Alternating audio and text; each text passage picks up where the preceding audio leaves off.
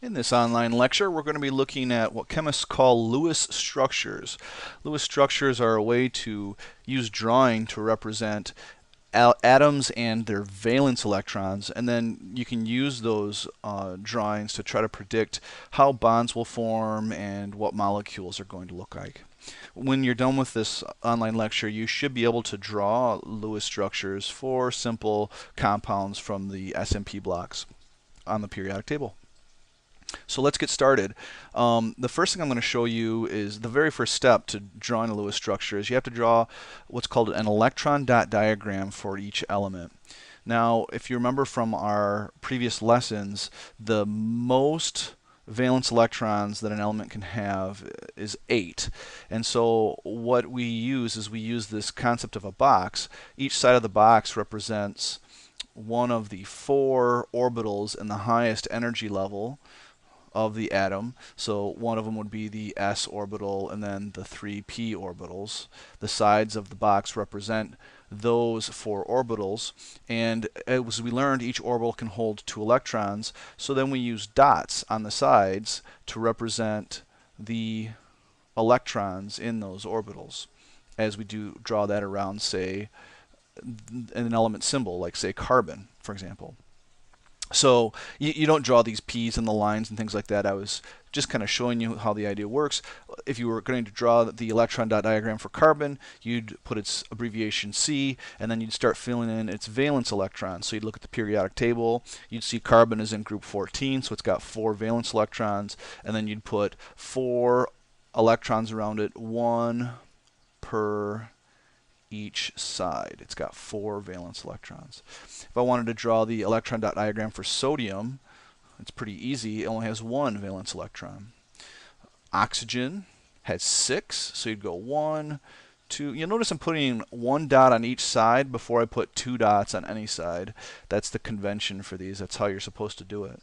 So we've got 1, 2, 3, 4, 5, 6 valence electrons around oxygen. That's what its electron dot diagram would look like. Chlorine, it has 7 valence electrons, so it'd be 1, 2, 3, 4, 5, 6, 7.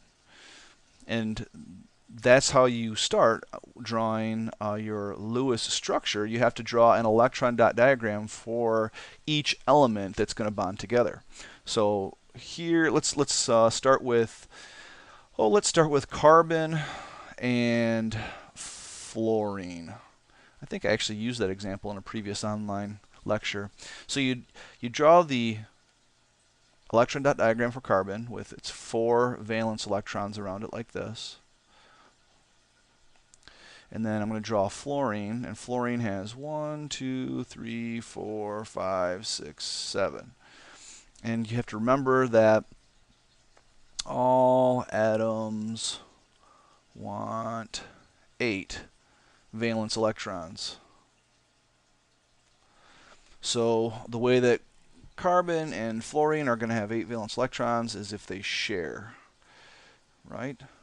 And so now carbon is happy because it's sharing. It's 1 more valence electron than it had before, and fluorine is extremely happy because when it gets access to carbon's valence electron over here, that gives it 8. 1, 2, 3, 4, 5, 6, 7, 8. So this fluorine atom is not going to really be doing anything more with the bond, and that means that we need more fluorine atoms. So I'll draw 3 more fluorine atoms, 1 for each valence electron, unpaired valence electron that carbon has, and then I'll draw their electron dot diagrams here. You'll notice I'm kind of cheating here.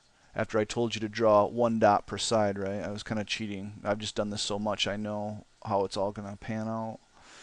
And so what happens is that we have fluorine sharing its unpaired valence electron with carbon's unpaired valence electron. And this is an important idea when you're doing these Lewis structures, the idea of paired valence electrons. You see these electrons around chlorine and oxygen here where there's 2 on a side. We call those paired valence electrons, and they're pretty happy because there's 2 there.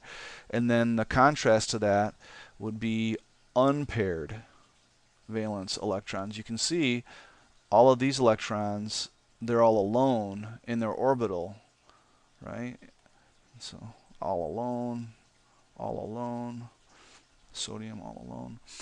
Yeah. And the distinction between paired and unpaired electrons is pretty important because atoms prefer to share unpaired electrons. So if I was going to draw, say, the electron dot diagram for sulfur and chlorine, sulfur has 1, 2, 3, 4, 5, 6 valence electrons, and chlorine has 1, 2, 3, 4, 5, 6, 7. So we've got one unpaired electron in chlorine, but we have two unpaired electrons in sulfur. So sulfur is going to share one of its unpaired electrons with chlorine's unpaired electron, but now this chlorine, it's full. It has 8 valence electrons. It's not going to share anymore, so we need another one. And there you go. So these are Lewis structures. This is the Lewis structure for carbon and fluorine, and this is the Lewis structure for sulfur and chlorine. And you notice they can get kind of messy. Chemists actually have a shorthand way of drawing them where they don't have to draw all the valence electrons. Once they've figured it out, what they'll do is they'll use a line for a shared pair of valence electrons. And so they might draw it like this, and then they usually don't draw the unshared pairs. So sulfurs would look like this. There'd be a line to this chlorine and a line to this chlorine. And that's basically how you draw Lewis structures. When you do a metal with a nonmetal like sodium and chlorine, remember when it's metal with a nonmetal, it's an ionic bond and there's no sharing. And typically chemists don't draw Lewis structures for these things because what happens is, remember, sodium's valence electron is given to chlorine, and then sodium becomes a positive ion and chlorine becomes a negative one. If you were going to draw a Lewis structure for this, it would probably look something like this. You'd have, let me get different colors here. You'd have sodium. I didn't grab my color. There we go. You'd have sodium, and it's one valence electron that it gives to chlorine, and it's 1, 2, 3, 4, 5, 6, 7. And a lot of times you'll see the Lewis structure drawn like that, but obviously they don't use colors, so it just kind of be like that. But you have to remember that all of these valence electrons in this diagram belong to chlorine, and sodium sticks to it because it's positive and chlorine is negative. So those are Lewis structures. They're not overly complicated. You can get into some pretty crazy ones, especially when you get into things like nitrogen that has 5 valence electrons and it wants to share 3. So let's say, well, here, let's look at that. We have nitrogen. Let's say we have hydrogen. So nitrogen has 1, 2, 3, 4, 5 valence electrons, and hydrogen has 1. Now hydrogen's pretty important. You might want to put a star by this in your notes because it's an exception. It doesn't want 8. Hydrogen doesn't want 8 valence electrons. Instead, it only wants 2. So it doesn't want 8, it wants 2.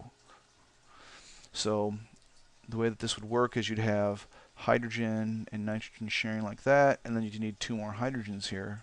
Oops, that's nitrogen. So hydrogen down here and hydrogen over here, and they're going to share and share. And then if you were going to draw that with a stick model, it'd look like this. And there's your Lewis structure for nitrogen and hydrogen. So that's pretty much it when it comes to drawing Lewis structures. You have to be able to draw the electron dot diagrams, and then you can use the electron dot diagrams. You can look for the unshared pairs and try to share those between the atoms so that each atom gets 8 valence electrons when you're all done. As always, if you have any questions, please ask in class, and thank you for watching.